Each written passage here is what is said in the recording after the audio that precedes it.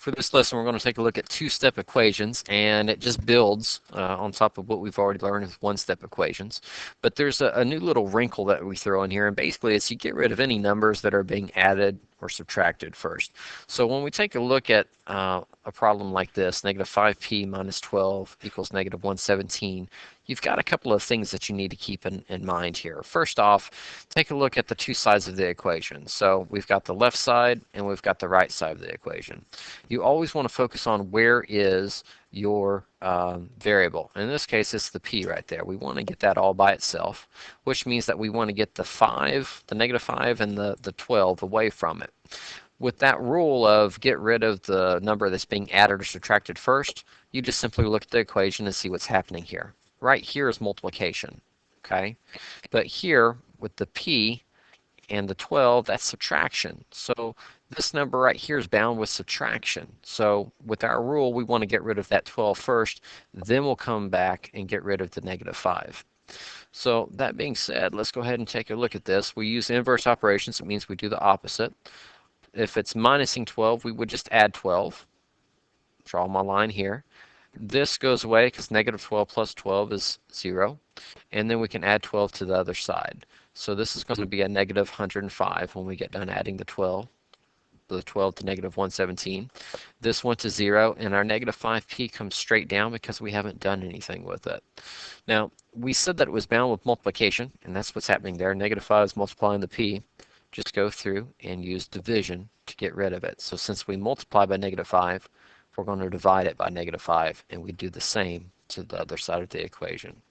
So p is actually going to be equal to positive 21. So that one's not too bad. Let's take a look at a few more problems here to get used to it. Here we've got the left side of the equation having the variable, so we need to get rid of the 2 and the 18. The 2 is being divided into the x, and the 18 is being added to the x. So we get rid of the 18 first. Since it was plus 18, we're going to minus 18 on both sides. That is our very first step. Okay. Now, we've done nothing with x divided by 2, so that comes down. 18 minus 18, it goes away. Our equal sign comes down, and 10 minus 18 is negative 8. It's here that we can actually go on to our second step. So here is where we're going to be doing our second step. This is the reason we call it a two-step equation. If x is being divided by 2, we would just simply multiply by 2 and do the same to the other side. So x is going to be equal to negative 16. Moving on.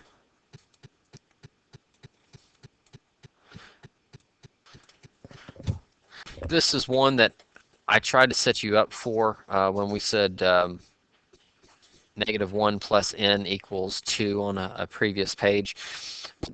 This negative 1 is adding to the n, so we would not look behind it, but we would look in front of it and say, hey, look, I could add 1, and then I could also add 1 over here, and so n would equal 3. Okay, because if we looked here and said minus 1, this would get us as a negative 2, and that just wouldn't help us. So we look in front of that number to undo it, and then we can do it to the other side. This is very similar with this problem here. That 1 is being added to the n, and the n is being divided by the 16. So between these two numbers, we have to get rid of the addition ones first. So I've got to get rid of this relationship. But I don't look right here.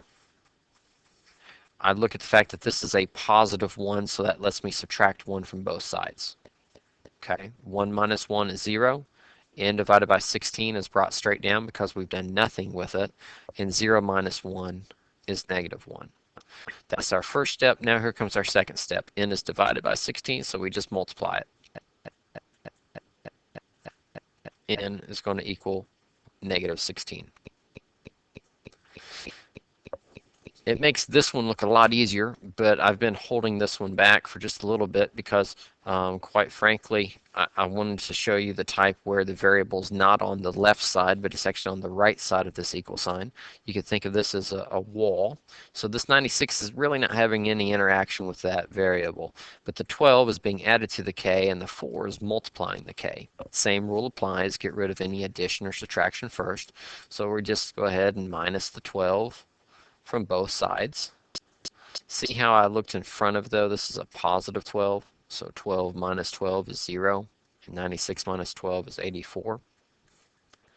And now our 4k just comes straight down.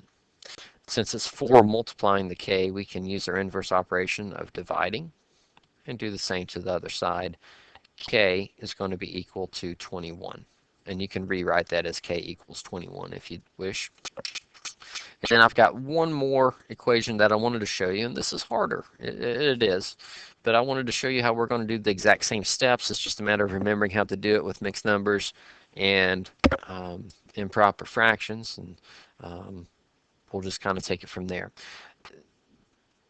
I see that on the right side of the equation, I have my variable. And I know that 1 3/4 is being added to the x, and 3/5 is multiplying it. So that means I need to get rid of 1 3/4 first. That being said, how do we do that? Well, I would subtract 1 3/4 away from the positive 1 3/4, and that makes it 0. And then I would subtract 1 3/4 on the other side of the equation. What I see here instantly is that I need to change this into common denominators. I would make this into 20, so I times that by 5 top and bottom, and that would be 15/20.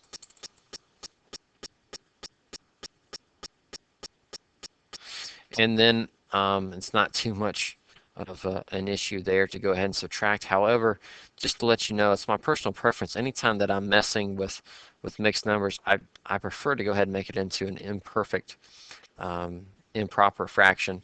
And 20 times 1 is 20, and 20 plus 15 is 35. So this would become minus 35/20.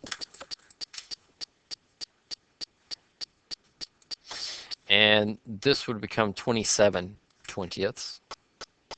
So I'm actually going to come over here to the right side. I have a little bit more room to rewrite this. 20 times 1 is 20. 20 plus 7 is 27. And then minus the 35/20. 27 minus 35 is -8. And then it's just a matter of simplifying it.